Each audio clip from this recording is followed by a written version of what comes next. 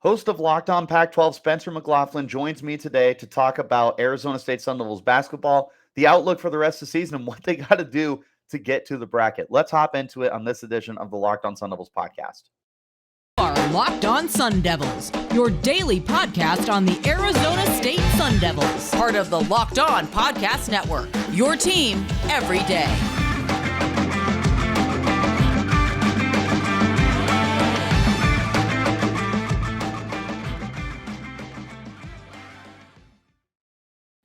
This episode is brought to you by FanDuel Sportsbook, official sportsbook of Locked On. Make every moment more. Visit FanDuel.com/LockedOn today to get started. Hello, everyone, and welcome back to the Locked On Sun Devils podcast, part of the Locked On Podcast Network, your team every day as I spit all over my computer. I don't know if they caught that or not. My name is Richie Bradshaw, and I will be your guide for everything Arizona State Sun Devils. As always, thank you guys for tuning in. Wherever you're getting your podcast, hit like and subscribe and turn on those notifications so you get an update when we post new content. And stay in touch with that content by following me on Twitter at RichieBrads36, the podcast at LO_Sun Devils and Sun Devils, goodness. And Spencer, where can the good people find you at for your Pac-12 content? At Smalls_55 on Twitter and at LO_Pac-12 as well. And of course, Locked On Pac-12 is Monday through Friday on YouTube and wherever you listen to your podcasts. And more than a few things to talk about right now on the Conference of Champions front. Yeah, no, 100%. There's a lot of things going on behind the scenes in all the different sports. But looking at Arizona State, Spencer, this has been kind of a roller coaster of a season. The team started off so hot to the year. They had this stretch where it felt like they should have been ranked, and then it kind of fell off the wagon with a massive loss to San Francisco and a loss to U of A, another little win streak, another little loss streak, and now we find themselves in a situation where with the final 4 games of the season, we are recording this Thursday, so this will be just before the Colorado game, so hopefully this information isn't too outdated. But Arizona State is currently 18-18, pending what happens tonight or last night against Colorado. And with 5 games remaining, there's a chance they're under 500 despite the start to the year. And it's just kind of fallen off the rails, Spencer. It has, and I think that's the question we were all asking about Arizona State men's basketball when they got off to that start, right? Because they were so bad last year, and it was looking like such a dramatic turnaround, which it still has been. I mean, you're sitting there at 18-8 overall on the year, but conference play hasn't gone quite the way you were hoping when the season began, and they've played themselves out of being in that field of 68, though they're still in that conversation, as we'll get to a bit later. The question we were all asking ourselves, Richie, was, well, wait a minute. Arizona State was this bad last year. Bobby Hurley was on the hot seat. This was supposed to be the year that he bottoms out Herm Edwards style and just kind of got the boot. But then everything took off. And so you were just kind of left asking the question, like, so are they for real? Like, is this a thing? They were in the top 25 at one point, and then the San Francisco game happened, and then they were, kind of trying to figure themselves out from there. And they've certainly had some really good moments. And look, they've got 5 games left, including the Colorado game on Thursday, and that gives them an opportunity to get to 20 wins, which frankly, I think has to make you feel encouraged, right? It's really easy as fans to get caught up in what is happening now and setting that as the expectation compared to when the season began, where you just kind of forget about all of that. Because what were your expectations coming into this year for Arizona State basketball? Pretty low. I mean, pretty low. Right about 500, hopefully make some noise in the Pac-12 tournament. And if I told you that with 5 games to go, they had 18 wins and just 8 losses before the year, you would have taken that, right? 100%. But it feels like it's worse than it is right now for ASU, because of what happened early in the year. Is that kind of reset everyone's expectations. And you said, well, wait a minute, so they can do this. Well, then let's just set the bar up here. Like, well, I think you got to pull back from that a little bit. I think there's still incredibly reasonably, in fact, a path for Arizona State to get into the tournament. But overall, I think your concerns about Bobby Hurley, if you have them, have to be put on hold right now. They just do. You can't have major reservations about a guy who is on the cusp of getting this team back into the NCAA tournament after an abysmal 2021-22 campaign. So I think that's the upside, but the downside is that they're far from a lock from reaching that goal. But I think you can reasonably build on this year going into next year and say, okay, let's say you missed the tournament this year. Maybe you make the NIT and win a game or two there, get to the semifinals, something good like that. Then you can set the standard going into the year of NCAA tournament or Bobby Hurley needs to go. And I really like what you mentioned about resetting the expectations, because I'm entirely guilty of this as well. Looking at the success that the Sun Devils had this year and comparing it to years past, like, it was just so unprecedented. None of us were predicting that things would gel so quickly. You had 4 transfers coming in, and all 4 transfers have been starters for you nearly every game this year. We weren't expecting something like that to generate as much success as it has. And there's hope for the future and everything as well, with young guys like Austin Nunez, Jemiah Neal. Like, there's a lot of things that have gone right for Arizona State this year. But again, I really like that you mentioned, we have changed. We're moving the goalposts almost to a certain extent, where Yeah. we were saying 500 would be good, and now it's like, well, if we're not at 20 wins, well, why did that change, kind of thing. I really like that you included that as well. Yeah, and it's a really natural, easy thing to do because maybe that team does have the potential to get to the tournament and win a game or become a Cinderella or something like that. But it's just easy to get caught up in the moment. Like, I feel very differently about my Ducks on the men's basketball side, who are having a really disappointing year, took a terrible loss on Wednesday up at a really mediocre Washington team. And that's because I saw what the team was last year, what they brought back, the talent that they do have. And I've been more frustrated and invested in their peaks and valleys because I know what the potential is. And the expectations after last year, in which they won 20 games again, but missed the NCAA tournament, got to the NIT, won a game, lost in the second round. With that much returning talent and the new talent that they brought in, they should be an NCAA tournament team this year. And it looks like they probably won't be, barring a really, really strong late season surge. So I think that's just a really tough balancing act for fans to undergo, because you see what a team is capable of. And if they start, showing what their ceiling might be, and it's way beyond what you thought in the preseason, that should feel like an added bonus to you. That shouldn't feel like, what the baseline standard is. But for Oregon this year, for instance, it was a baseline standard. You got to be getting in the NCAA tournament this year, or it's a disappointment. And they're not completely out of it yet, but they're kind of trending in that direction, unfortunately. So I think Bobby Hurley deserves a lot of credit, because he was a guy who was under a pretty good amount of fire. And you could have made the argument from an Arizona State perspective that, look, we just got rid of our football coach. Why don't we just restart both of the two, biggest sports on campus and just go in a different direction there? But he's having a good season right now, and they do have a very realistic chance of getting to the NCAA tournament. The midway point of the NBA season is here, and there's no better time to download FanDuel, America's #1 sportsbook, because new customers get a no-sweat first bet up to $1,000. That's bonus bets back if your first bet doesn't win. Just download the FanDuel Sportsbook app. It's safe, secure, and super easy to use. Then you can bet on everything from money line to points scored and threes drained and more. Plus, FanDuel lets you combine your bets for a chance at a bigger payout with a same-game parlay. So don't miss out on the chance to have your first no-sweat first bet up to $1,000 in bonus bets when you go to FanDuel.com/lockedon. That's FanDuel.com/lockedon to learn more. Make every moment more with FanDuel, an official sports betting partner of the NBA. And as always, thank you guys for tuning in. Make sure that you tune in to the Locked On College Basketball podcast. It's everything you need to know about college basketball in one place. Hear from big-name experts, insiders, and players. Locked On College Basketball, available on YouTube and wherever you're getting your podcasts.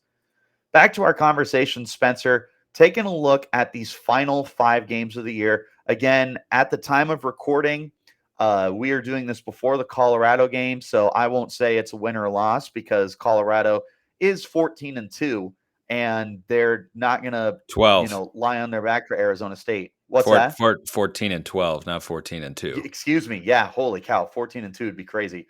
14-12.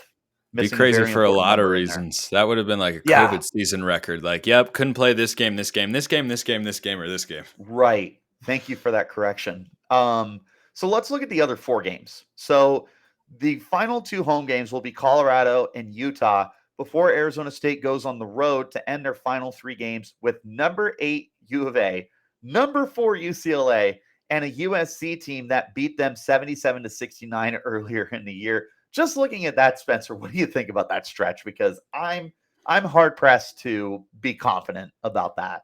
It's difficult, but it's what Arizona State needs. They're squarely on the bubble right now. They're somewhere in the first 4, next 4 out sort of range. Not long ago, they were inside the field of 68, according to our good buddy and best friend this time of year, Joe Lenardi, who hits usually about 95 to 98% of the teams correctly every year, which is truly amazing. That's nuts. He's really, really good at what he does. So if he says you're in with a win, or you're in at this point in time, or you're going to get it, there's a really, really good chance that that's the case. He missed 1 team last year. I don't think he ever misses more than like 2 or 3, and that's at the upper end. He's a lock on that front. So he's had Arizona State on the bubble for a while, kind of in that, I think, next 4 out sort of range. But you look at that schedule for Arizona State, and yeah, it's tough, right? Because you still have to play Arizona. You still have to play UCLA. USC is a good team, and they're now playing with an edge because they have been bumped out of the field of 68, according to Lenardi, because they lost to Oregon State and Oregon on the road. I don't think the Oregon loss was as punishing, but it was really punitive for them to have lost to Oregon State. So that's now a very motivated USC team that still is pretty darn solid, and they're in the same. I mean, USC and Arizona State basically in the same category here. How they end the regular season will define whether or not they get into March Madness without getting an automatic bid. Now, Right. whether that's as, a play-in team, as, a 12 seed or something, I don't think teams particularly care. They're just looking for the chance, right? That's all you need. UCLA was one of the first 4 games, and then they made a run to the Final Four. Like, you never know. You literally never know. Arizona State could be a Final Four team this year, or they could not make the NCAA tournament. Both are possible. It's what makes this event so spectacularly great and unpredictable. And I know you don't feel supremely confident in those games, but it's honestly the schedule that Arizona State needs, because you are now comparing yourself to other teams that are squarely on the bubble. So you need to be able to pick up those sorts of wins. Yeah, it's hard to beat Arizona. It's hard to beat UCLA. USC is pretty good. Colorado is a good team. And then Utah is also a good team. And Utah is also on the bubble fighting to get in. But amongst the 5 games, if you go 3-2 here, if you're ASU and you pick up, you don't need to beat both Arizona and UCLA. You got to beat one. If you go 3-2 and you beat one of those teams, which is currently inside the top 10, I think you're in. I say that as the most amateur of bracketologists, but that would put Arizona State at 21-10 going into the Pac-12 tournament on the year with some really nice wins. And that is, I think, going to end up being good enough. I think as long as you hit the 20-win threshold and you add a win against a top 10 team, then I think you're going to be I think you can be in a good place if you're ASU. Not a guarantee, but I think that gives you an excellent chance. But of course, you got to actually generate those sorts of results first.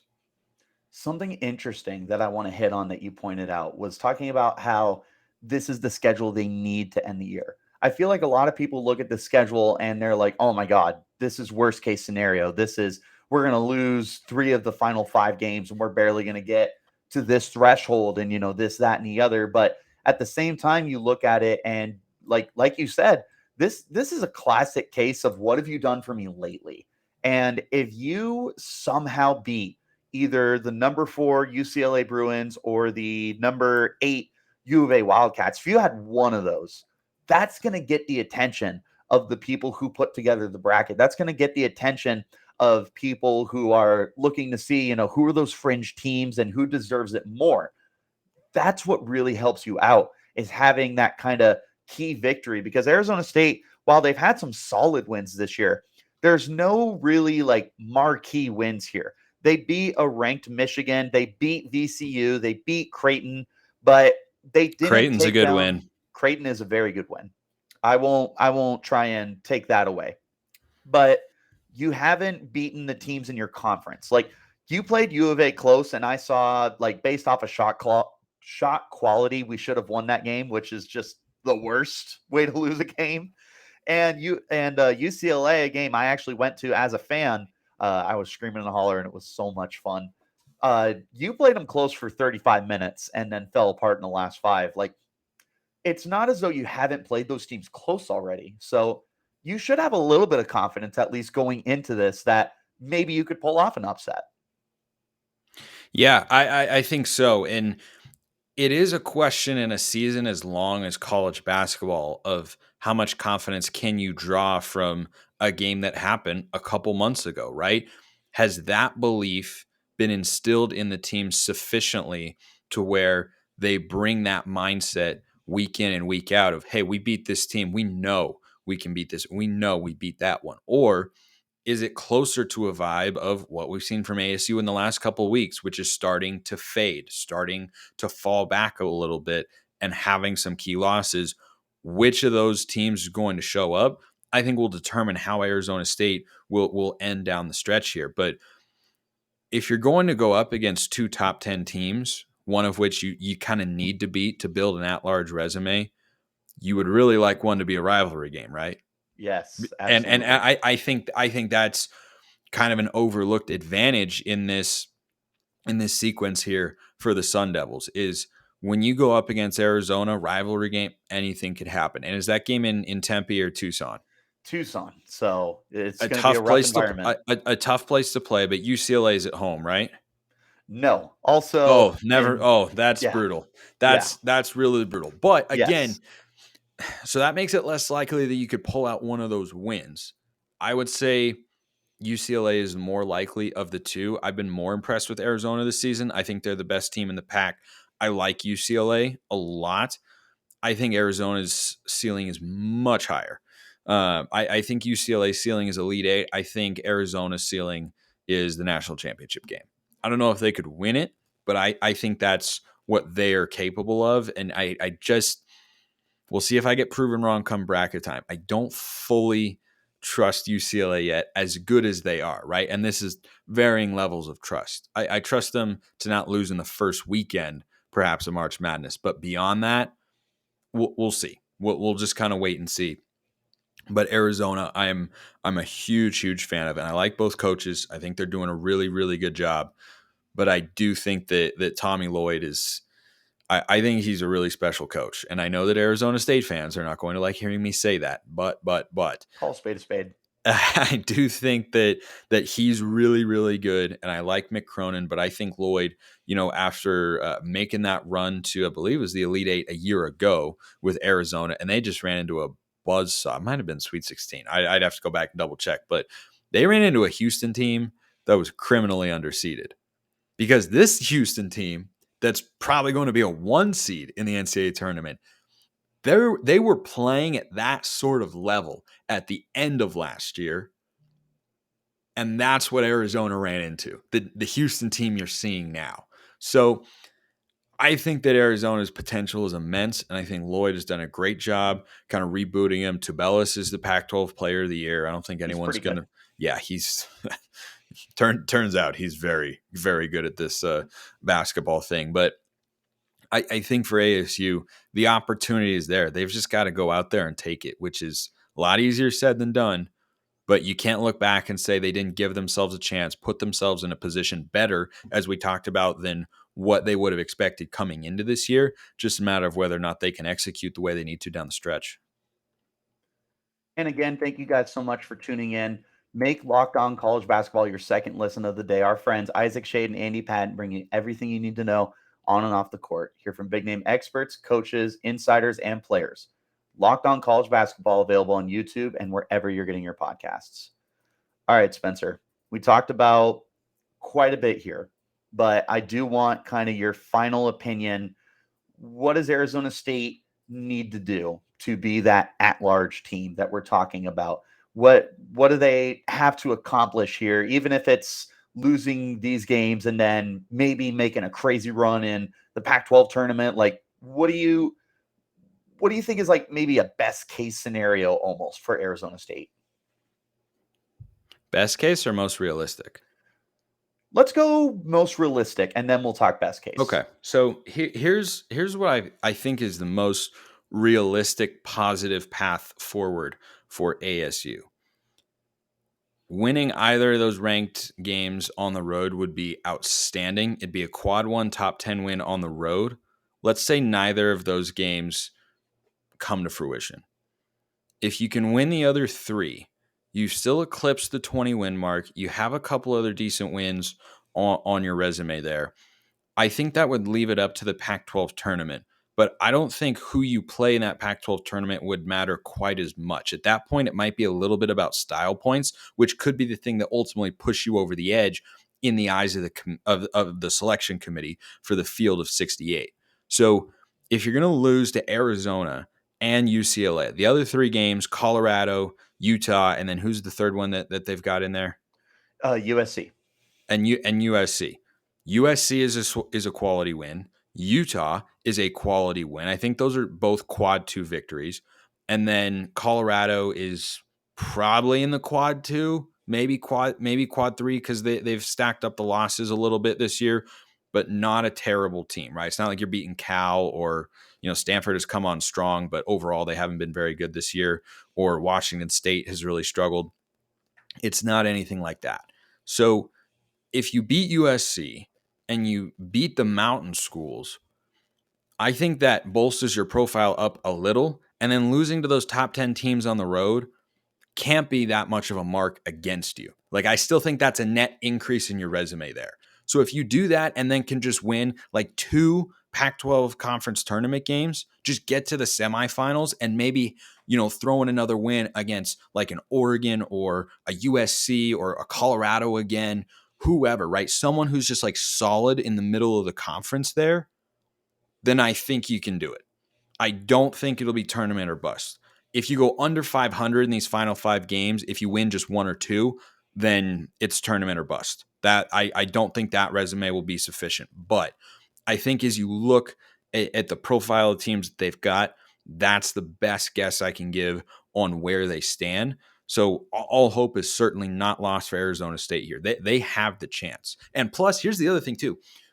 USC and Utah are not just solid, I think, quad 2 wins, but they are both teams that are fighting you for those bubble spots in the same conference. So that kind of amplifies the importance of those matchups. Like you could make the case that winning both of those games is more important than winning one of the top 10 matchups. I think that is a very realistic case for Arizona State, because you would then move ahead. I know USC got them the first time, but they would split the season series. So that would kind of nullify any advantage USC could get over you. And then did they beat Utah the first time, or did they lose to them? Yes, I believe they did. Let me double check. Okay, but that you understand the point that I'm making here, though, right? Which is when you're going up against the teams that are fighting for the same slots and you're in the same conference. This is the only game against Utah. That's weird. Okay, that makes it even more crucial.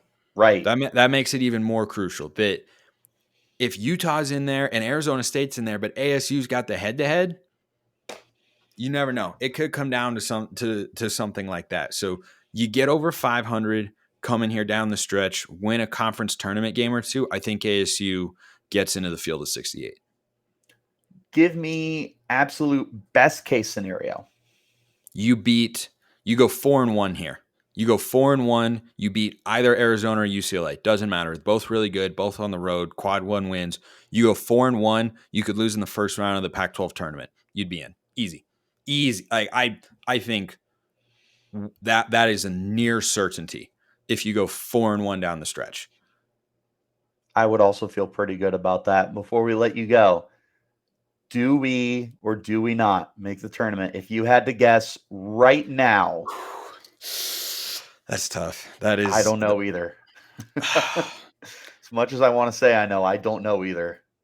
I honestly think that's a coin flip. I Yep. think when you factor in that 3-2 feels like the most realistic positive scenario, and then you consider where that would put their resume if you don't beat either Arizona or UCLA on the road, like that's an if. Going 3-2 is an if, but then it's kind of coin flippy from there because I think that gets you a strong enough resume. But that's not a surefire thing. I really think it's 50-50. I could very easily see it going either way. But if you're ASU, if you're Bobby Hurley, and if you're the fans, frankly, you got to just focus on whatever game is in front of you. And if you win that one, then you move on to the next and see where you stand. I think right now the mentality you have to have is it's 1-game seasons for these final 5 games. You either go 1-0 or you go 0-1. This is going to be tough, Spencer, and Yep. I'm looking forward to talking to you again, probably around Pac-12 tournament time. But thank you so much for stopping by. Always appreciate you coming in and talking. Where can the good people find you one more time? Anytime. Smalls_55 on Twitter, Locked On Pac-12, and Locked On Ducks, Monday through Friday, YouTube, or wherever you listen to your podcasts. Always happy to come and talk to the good people of Tempe and beyond. And you guys know to follow me at Richie Brads 36, the podcast at LO_Sun Devils, and wherever you're getting your podcast to hit like, subscribe, and turn on those notifications. So until next time, you keep it locked right here on Locked On Sun Devils.